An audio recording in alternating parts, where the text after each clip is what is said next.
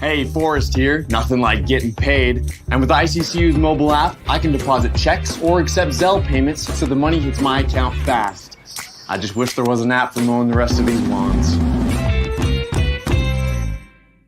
Right now, Lithia Ford of Boise is buying used vehicles. How much you want for the SUV? I don't know. Well, Lithia Ford will give you more than that. How much more? More than you think. I'm not thinking anything. I'm thinking you might get even more than that. See how much more you can get at Lithia Ford of Boise. When it comes to concrete, we've got you covered. RowPaint.com offers custom concrete coating services for your garage, business, warehouse, and more. And we do it in one day. We are your complete concrete coatings solution.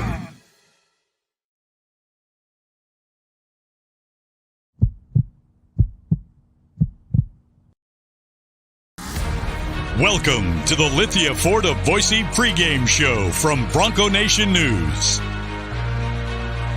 As we get you set for the latest news, insight, and analysis as game time approaches, the BNN pregame show is presented by Lithia Ford of Boise. Check out LithiaFordBoise.com to view the full inventory of vehicles, or check them out at 8853 West Fairview in Boise. Now, let's head out and join BJ Rains for the Lithia Ford of Boise pregame show from Bronco Nation News. And greetings, Boise State fans. Welcome to the Lithia Ford of Boise pregame show. The scene at Albertsons Stadium as Boise State gets set for I was going to say fairly big game, Winston Venable, but it is a game that they need to win, obviously, to get to where they want to get. Boise State hosting Colorado State at 5 o'clock. You see the cheerleaders getting ready. You had the band out there, the Bronco Walk, a lot going on outside Albertsons Stadium as we bring you in here for the Lithia Ford of Boise pregame show. We're at the James in downtown Boise. I'm going to turn my mic down just a little bit. And we got Winston Venable here, of course. Appreciate you coming down, man. How's it going? BJ, thanks for having me again, man. It's a beautiful day for game day. I mean, on the blue. I think everyone's a big one, though, BJ. You said this might not be as big of a one. This is every game on the blue is big, man. It is. You only get 6 a year, right? That's it. Someone that ran out of that tunnel, I guess I disrespected you by saying it's not a big game. But when you're 28-point favorites, it's hard, at least from the media perspective, to kind of get a little hype. Like this is going to be a close, exciting game. I get it. And I think it's been brought up before, though. Even on one of our other shows, the only thing they got to do is show that UTEP game, and that's what I'm saying is anything can happen, and it's a beautiful day for football, and we got some college kids out there, and they're about to battle, man. So it'll be awesome. Well, we're having a great time. We got a nice crowd here. We got a beautiful day. It's a perfect day. We're taking people's names and emails. We've got a little raffle we're going to do on the post-game show. We're giving away a really nice cornhole set over here. We got Colin Mitchell, Jaden Finch helping us out here with all the festivities, and we got folks enjoying food and drinks, and this is a good spot, isn't it? Dude, I love the James.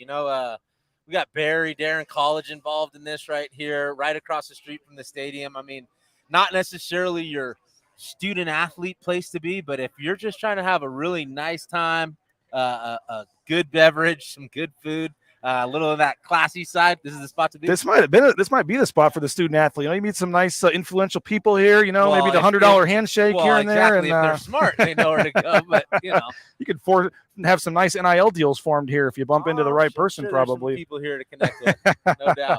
Well, hopefully everybody can hear us okay. We got the new headset for Winston here, so we're both rocking the headsets, and got a nice setup. We're out here on the patio having a lot of fun, and I know you said you just put on the UTEP game. We do have some comments coming in here first. Go ahead, let us know, as usual, where you're watching from. I'm going to turn this down a little bit. It's still a little hot, I think, on my end, but you can let us know where you're watching from. You can give us your score predictions, all that jazz. We'd love to involve you here on the pregame show. Greg asking if George Halani is available today. We'll find out like 45 minutes before the game, but my understanding, and I guess I would call it an educated guess, is that, yes, George Halani will be back today. Obviously missed the last game, but warmed up, wanted to go, and then they held him out another week. Soft tissue, I guess, just that same, that hamstring. And so it sounds like George Halani will play, but I'm guessing on Ashton Genty, no. My understanding was he had some concussion symptoms, and they usually hold you out a game after that. But getting Halani at least back today, how big is that? And you obviously coached them the last couple of years. I mean, just these minor things keep popping up that cause him to miss games here and there. I mean, what do you make of him not playing last week? And I mean, to get hurt during a bye week or in the game before the bye week, I mean, it surprised a lot of people when he didn't play last week. Yeah, I think that's, unfortunate. That's been a little bit of story with George Holani, right? It's just a little bit of the injuries or not being able to be out there for a whole season. But at the same time, those guys, they put their bodies through a whole lot more than even some other positions. So durability-wise, that's why those guys have short careers, man. And, I mean, it's unfortunate, but they get beat up. And hopefully George can just figure out a way to maintain himself. And I'm sure he could have went out there last week and they said, hey, let's make a smart decision for the long term. Yep. Now, it does sound like he's back, but Elion Noah, I think they call him Fatu Noah, had 17 carries, only 54 yards. So you'd like to see a little more, average there. But for him to have 17 carries on the road, and then they even had Caden Dudley got a carry. They've got T. Crow as well. What'd you make of Noah, I guess? 17 carries. If they need to lean on him again, I mean, did you like what you saw? Yeah, tough runner, right? Tough, thick body, powerful, balance and body control. He showed all those things. And more than showing us those things, he got the reps. And those reps are going to be counted on later on in the season. So just getting him some experience when George is tired, when a couple of these other running backs are down, and they just are building that dependable depth. So him getting that action that he did last week, awesome for the stable, awesome for the running back group, and really for Boise State's offense, just more guys getting experience on the field is always a good thing. We got 48-3 is the projection here for Clint. We got someone saying that Kansas State is up 35-0 on Oklahoma State. That's a big one there. Nate Staley watching from Austin, Texas. Appreciate you. Clint says he's still waiting for you to make the trip to Santa Claus, Indiana from the previous show. That I'm not sure that'll be happening anytime soon, probably. But I don't have any trips to Indiana planned out, but we could talk about it at some other point in the future. Greg's in Caldwell, Idaho. We appreciate him for watching. Hey, my wife's watching from St. Louis. Hey, Winston, wish I was there. Yeah, wish you were here too, hon. We got Nate Staley says 35-6 is his prediction for this one. We got a lot of lopsided scores in the predictions here. 52-0 is Chase Love's projection. Greg Myers has 42-10. I know you mentioned that you put in the UTEP game tape, but and I the coaches we've talked about this before, but it fascinates me how coaches get these college kids to buy in every week. And maybe it's as simple as you only get 12 games, you only get 6 on the blue. You're not able to, you can't overlook teams. But I mean, if I was a college kid and I had the BYU game next week and I just got a big win on the road at Air Force, and I look at the stats and I see Colorado State is awful in a lot of categories. I don't even think you can call this a trap game. This game should not be close. How do you think? What do you think they were saying all week to try to make sure that they're because if you look at the stats, it's pretty one-sided. No, I mean, we talked about it earlier in the week, BJ. It's an interesting thing. You can never count any of these college football players out, and it's reality. I mean, I don't think that our Wednesday session going into the UTEP game had any doubt that the Broncos were going to go down there and handle business, even though it was early in the season and they had some mistakes and had some things to improve on. I still think everybody had the confidence in them go out there and handle business. So it's just that reminder. The coaches are going to constantly remind these guys that if you're not prepared well and the best you can be prepared, you can get beat. And our guys at Boise State know well enough that that's the reality, and they're going to go prepared the best way they can. What do you make of, at least on paper, Boise State's defense is playing very well. Colorado State's offense is not very good. I mean, is this a case where Boise State's, Colorado State's not going to score very much? So, I mean, Boise State, as long as they can score, they should be okay? Yeah, well, I mean, I think that coming into the blue with the way the defense is playing, the challenges that Bronco Nation puts out there for an offense, it's going to be a major challenge for Colorado State. But those guys are starting to get going a little bit. You mentioned it. They've won 2 out of the last 3. I listened to a little Norvell, and he's all about progress, improvement, and he's got some young players playing out there, BJ, and those guys are starting to get valuable reps, getting a little experience. So it's always a big deal coming into the blue, and I bet you those guys are going to be fired up to try to get a win out here. So they're going to get the best effort out of those guys. Well, hopefully everyone's already read my story at Bronco Nation News, but if you haven't, I kind of looked at some of the statistical rankings. I mean, you look at Boise State's defense, number 1 in the country in pass defense, number 3 in total defense, number 16 in third down defense, 19 in scoring defense, 22nd in rush defense. I mean, every key defensive category, they're top 25. And you flip it on Colorado State, there's 131 teams this year. They're 130th in scoring offense, 127th in total offense, 129th in sacks allowed. They're averaging over 4 sacks a game allowed against them. Number 131, dead last in the country, 18% on third down conversion. So you're taking the worst team in the country on third downs against, the number 16 positive team on third downs. Jay Tuss threw out 2.5, and I laughed, and then I thought about it, and he said he put 2.5 as the over-under on how many third down conversions Colorado State gets in this game, which seems just ludicrous. 2.5 third down conversions for a full game is the actual number, but maybe it is. And they're also dead last in the country in red zone offense, 53.8%. So they're getting not even field goals. They're only getting points about half the time they get in the red zone.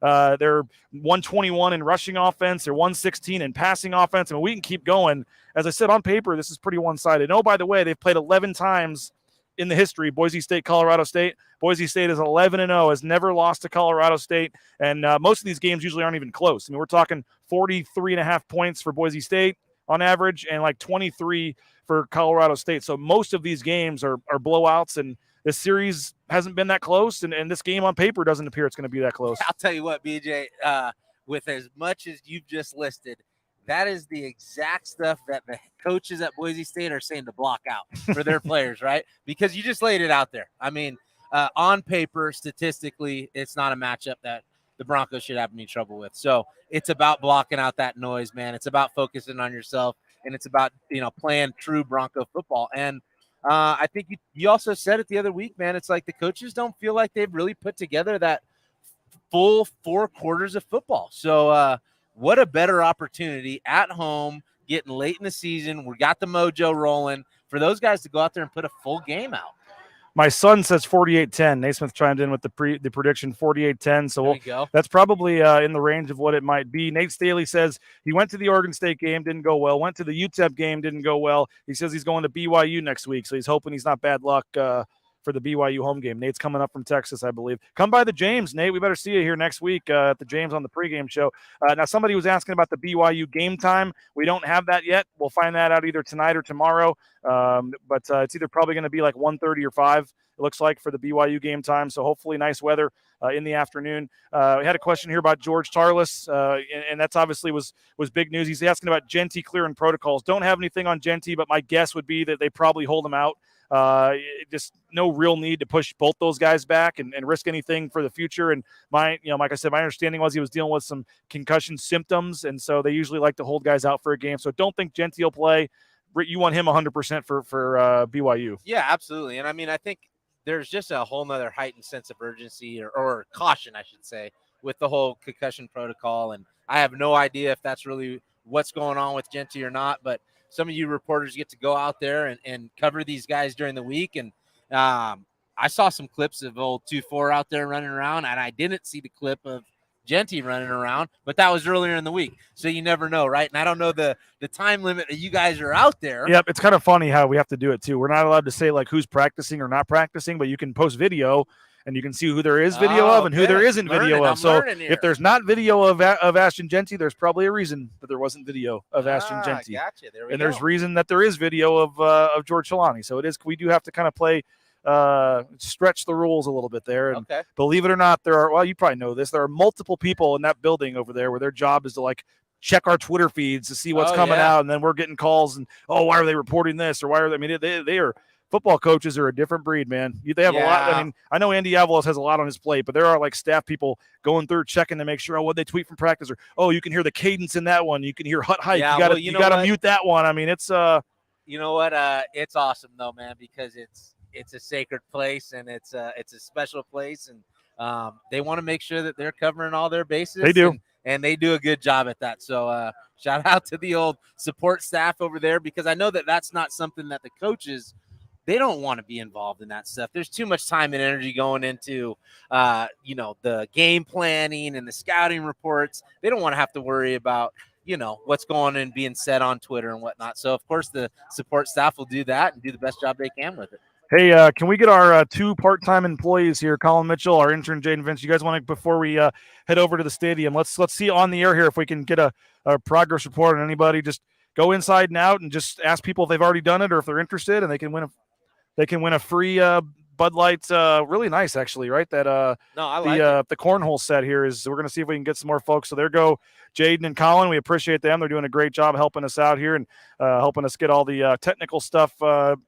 going with the show and all that. So I do have a couple sponsors I want to thank, and I do want to mention a promo for our friends over at rowpaint.com. By the way, get in your keep those score predictions coming. Keep letting us know where you're watching from. So far, I believe Austin or Indiana maybe is the furthest away to this point. We'll see how far we can get with that. But I do want to let you know about if you're in the Twin Falls area, rowpaint.com, our title sponsor, is doing a thing in Twin Falls that I wanted to let you know about. If you use the promo code BNNTWIN23, BNN-TWIN23, you get a 23% discount off the interior painting of your home in January or February of 23. So if you're in the Twin Falls area, great deal, 23% off on your interior painting in your home. Just use the promo code BNN-TWIN23. You can visit rowpaint.com to request the quote.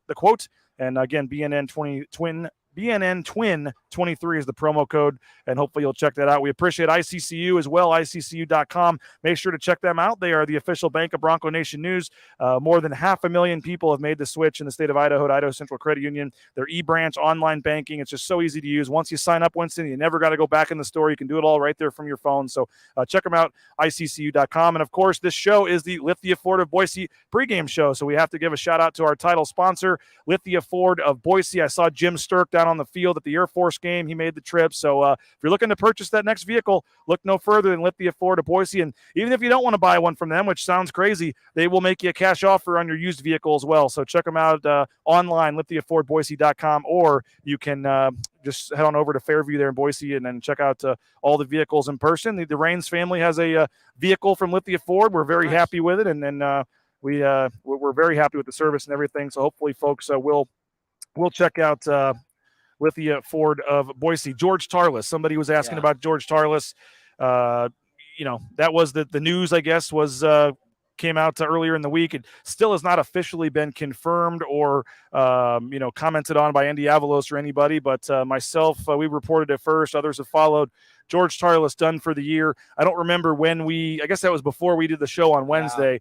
You never like hearing any news when a player goes out, but obviously a guy that was as productive as him, that's going to be a big loss there. No, that's tough. I mean, what a great transfer that came in and created an impact pretty early, right? And I mean, I know that the Boise State Broncos have kind of gotten going the last few weeks, but Tarlos is one of those guys as well. His name kept popping up, right? He kept on showing up in the backfield. Great pass rush. I mean, he was becoming an impact player for the defense, the stout defense we're talking about. So statistically, and I don't know as far as the leadership that he brings and being a new guy and all that, but on-field production, that dude was getting after it. So this is obviously going to be a tough loss for the Broncos, but those guys have got some depth. Hopefully we'll find out who's going to step up, carry that flag, and try to do what they can to replace what 4-4 brought to the table. Yeah, he was fourth on the team in tackles with 31. Yeah. He leads the team with 6 tackles for loss, was second with 4 sacks, first with 6 quarterback hurries. I mean, he was, they don't actually get a ton of pressure on the quarterback, but he was the one getting most of it. And that's, what happens next is the big key, because the guy behind him on the depth chart, Cortez Hogans, hasn't played a snap all season. So what do you think? How do they fill that void at that spot? Yeah, we'll see. I mean, I wish we had some of that, inside access to what these guys were doing in practice, and we could see who was out there at those positions. I think there's a handful of guys that they can put down there and figure that out. And that's one of the things that coaches are always doing. They're building depth. They're building dependable depth. And what happens if this guy goes down? Who's going to step up? And it doesn't always come out to what we see on paper, right? It's not always this guy was third on the depth chart or second on the depth chart, and that's who we're going to see. Could be totally somebody different. Could be a linebacker that, now we're going to put his hand in the ground and kind of change up what he's been doing. Or I remember a couple of times Austin Bolt was coming off the edge during practice. You remember that? Yeah, we went to a practice and saw that. Yeah. We're trying to figure things out. So you never know. You never know what's going to happen. I can guarantee you no one thought Austin Bolt was going to be coming off the edge for the Broncos, and even in a practice setting. So we'll see. We got shout outs here for the Bannisters. You got your grandkid watching on the show over here, and they're commenting on it. So you got to go this way a little bit so you can be on the screen there. My In-laws are here. There we go. There's my in-laws that made the trip Oh, by. there we go. Awesome. My parents were going to come by, but then they bailed late on me, BJ. Well, I mean, come on. That's all right, but we appreciate the Bannisters for stopping by. And, yeah, my wife was watching, and so she saw her mom on there and commented. So it's a family affair here. Everyone's saying awesome hello. right Phil Daly is going 42-3 is his prediction. We got 27-3 watching from San Antonio, Texas. We may have a new winner to this point. We get anybody else signed up? How many? What did we get? What did we get? We got 5 more. All right, way to crush it. There boys. we go. We got 5 more. So we're the YouTube page is climbing. We just added 5 more. So thanks, guys. We got Clearmont, Florida, chiming in the Orlando area. Alexander Baxter. We got Let's Go Broncos. We got 45-20. Someone asking if these are Bronco sunglasses. Ironically not, no. They are a cheap pair of free sunglasses that I got at a golf tournament, and they are actually we'll go ahead and put it on there. They're Bud Light sunglasses. How about that? They're just they're blue. they're just good. free, cheap sunglasses that I found in my bag and needed to put them on today, so I guess I'm wearing the Bud Light sunglasses. But we got the Bud Light thing we're giving away, the cornhole set. Thank you to Stein Distributing, by the way. Stein Distributing is our sponsorship with the Cutwater, and actually it was supposed to be a Cutwater board, but they accidentally gave me the wrong one. So they threw the Bud Light on there. They gave me the wrong. All right. It was Bud Light NFL. It was supposed to be a Cutwater. So I think next game or pretty soon we'll have they have a Cutwater cornhole game. So we end up getting the Bud Light NFL one, and it's a really nice one. And again, we're if you're watching this and you're going to the game, you're over there tailgating, you can sign up after the game too. Come on over, and we'll sign you up after the game, and we'll draw it. I thought it was kind of fitting, right? I was looking at my house for something to put all the names in, and we got the pumpkin here, and we got a pretty good amount of names going in there. And if you're a subscriber, you get a paying subscriber, you get 2 entries. Everybody else gets 1. So it pays to be a subscriber. It does. And I actually did just find out, I guess they just started something with StreamYard, the program we use, where you can randomly, anyone that is in the comments or watching the show, you can randomly generate, and it will pick you a winner.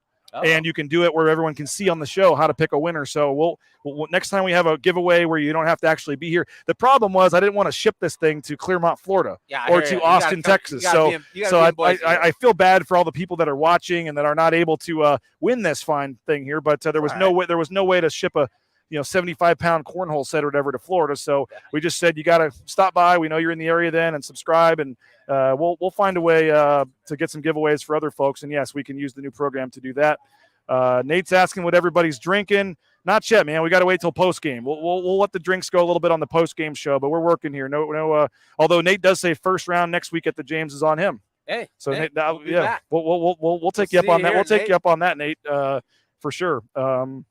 Maybe a rum and diet for me, Nate, but we'll see what we can convince Winston to get into after the game next week. Kevin says 38-10, watching from Southern California. Now that the narrative is kind of changing here. Do we have a UCF score, by the way, guys? Is that updated at all?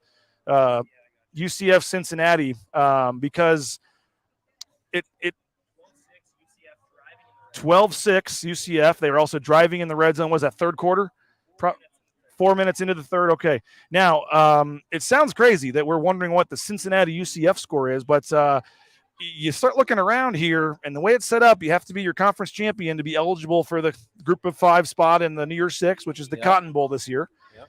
And if Boise State were to keep winning and potentially win out, which you look at the schedule and you don't think that's crazy, they win the Mountain West Championship game. They're 11-2.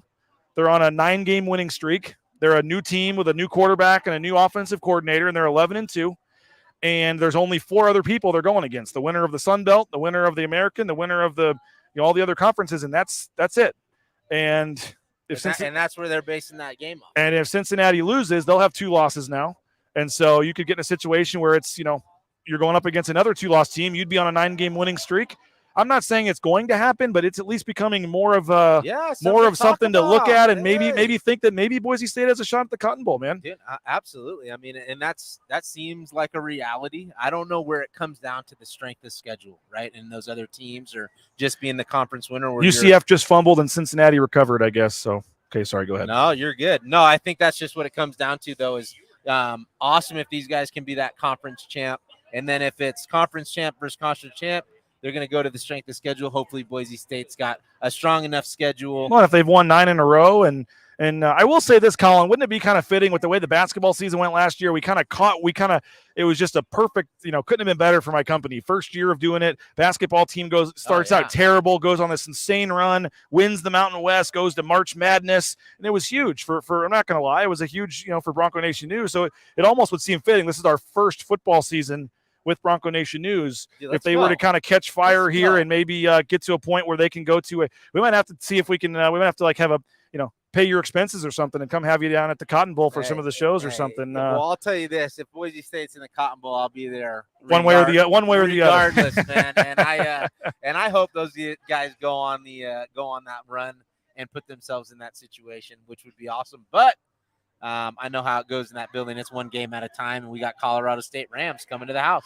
Well, we, as I said, we've got a lot of people signing up. We got some comments coming in. I think folks that are in the audience here, and you can see it's a nice crowd.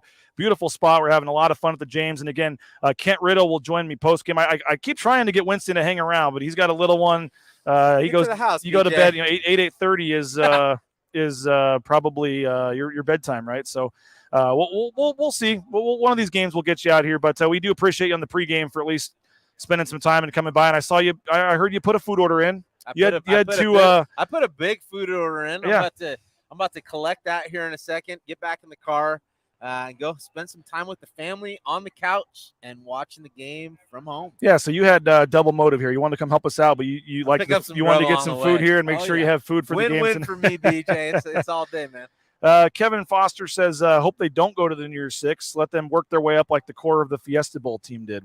Would there be any reason you wouldn't want to go to the New Year's Six? I love you, Foster. I appreciate you for commenting, but I don't know why you would not want them to go to the New Year's Six. That would be huge for the program and for Andy and recruiting and all that, right? Yeah, got to go. If you're invited, if you can go, you got to go. Nate, who lives in Austin, Texas, says he's hosting everyone in Austin if the Cotton Bowl happens. So we're gonna go link up with him for sure. 13-6 UCF, but as Clint says, UCF fumbled, Cincinnati recovered. So a couple more minutes here, Winston, and then we'll end this thing. We'll head on into the stadium. As I said, the post-game show, Kent Riddle will join us. So come on by. If you can't make it this week, come on by for the BYU game next week. Big game. Again, we don't know the time yet. We'll be getting that in the next day or so. We'll have another giveaway. I think we actually have a really sweet-looking cruiser bike. You saw it. Yeah, nice. I think it's a Bud Light Seltzer bike. It's really nice, and we're gonna have that thing here for the giveaway next week. If you come down, and we'll do the same promo. Probably sign up for the YouTube channel, and then we'll put you in the drawing and give away some cool stuff. So we will give that away on the post-game show, by the way. So as I said, come on back if you're in the area and want to sign up, and you don't have to stay or anything. Just come say hello and sign up and get a picture with Winston or something, and we'll get you registered. But you got Colorado State. I mentioned, offensively, I thought last week was the best game we saw from Taylon Green in terms of the passing. I wish he would run more than 5 times. I don't. And Dirk Cutter even said this week, we do probably want him to run a little more. But early on, I remember Tim Plow after the Oregon State game saying he was on the 75-yard touchdown run. He said he had 3 wide open receivers that he wasn't even looking at. So early on, he was running too much. Wasn't looking to pass. Now he's staying in the pocket. He's doing a little more passing, and you want him to run a little more. So I guess he is evolving, but he's a young quarterback. No, I think you just hit it. Evolving, progress, and sometimes progress we don't really see it from afar. And then there's things that he's working on and getting better at daily in practice. And I think it's the obvious, right? I mean, he's got great legs. He's got a really unique athletic ability, and maybe those throwing concepts and just dialing in who he is as a passer is the one thing that he needs to work on to become that complete quarterback. So guarantee that those guys are working on that, doing that, and he's only going to progress. It's just a matter of time and experience and repetition. What do you make how Dirk has kind of evolved the offense a little bit with Taylon, and there are, they're a run-first offense, but they're still passing the ball a decent amount. I think Taylon had 24 pass attempts in that game. But what do you like about what you're seeing from this offense overall? Yeah, I just think those guys are keeping it simple, man. It seems like the guys are playing fast and more physical than they were in the beginning of the season. And I think there's probably less thinking going on out there, and they're just cutting it loose, right? I mean, it got to a point where it was pretty bad, and the only place up is to go up, man. So those guys are cutting it loose. The offensive line seems more confident. Running backs seem like they're just hitting it.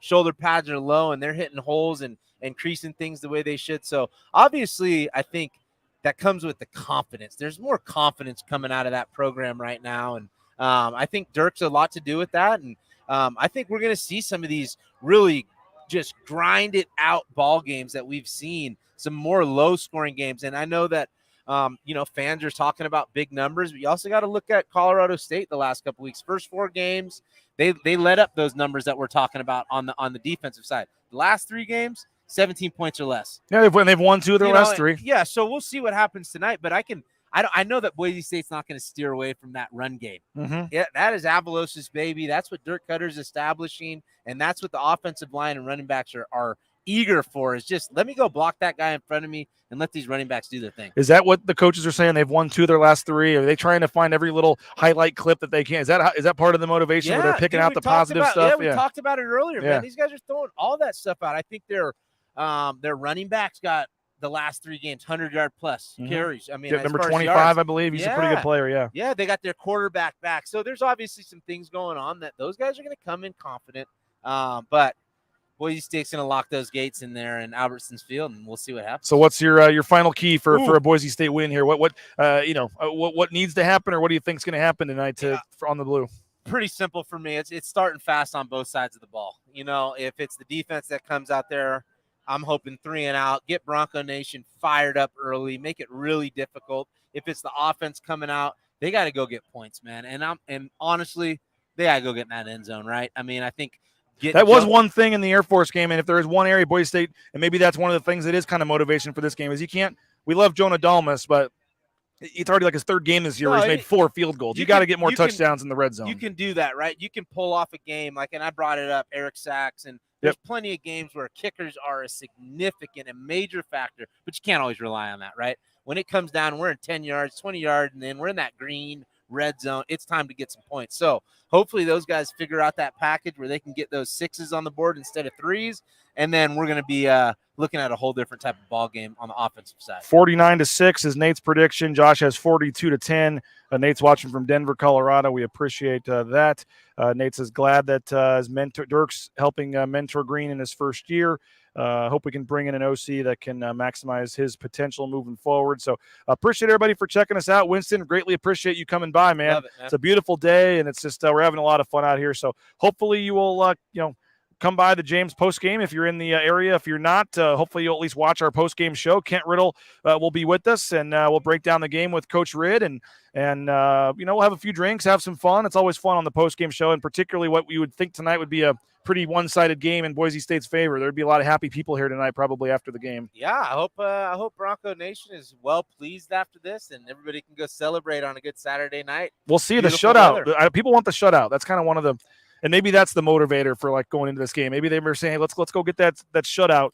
I know a lot of fans are hoping for that. I know Mike Prater was talking about that this week. So there's still some intrigue, and we'll see what Green looks like again. We'll see who plays. We'll see who's out there. What do they do at that spot with George Tarless? So there's some intrigue. And again, the game's at 5:00 on Fox Sports 1. We'll have full coverage, BroncoNationNews.com, and then post-game, the Lithia Florida Boise post-game show right back here at the James after the game. Come on by, and we got a little, for better or for worse, Winston, we got the fan mic here, and we'll put folks on. Watch out. We have Golly Guy, maybe he'll come back, or whoever else. We'll put some guys on and get your thoughts on the game. So that'll be post-game about 45 minutes after the game ends. We'll be back here on the YouTube channel, Facebook, all that good stuff. So appreciate everybody for checking us out. Thanks again to Winston. Thanks to Colin and Jaden for their work. Thanks to the James for having us out here. And most importantly, all you fans that are watching and subscribing and liking all these videos. So we truly appreciate it. Hope everybody has fun watching the game, and then get the kids to bed, and then fire up the post-game show and have a Cutwater canned cocktail with us, and then we'll have some fun on the post-game show. So thanks again,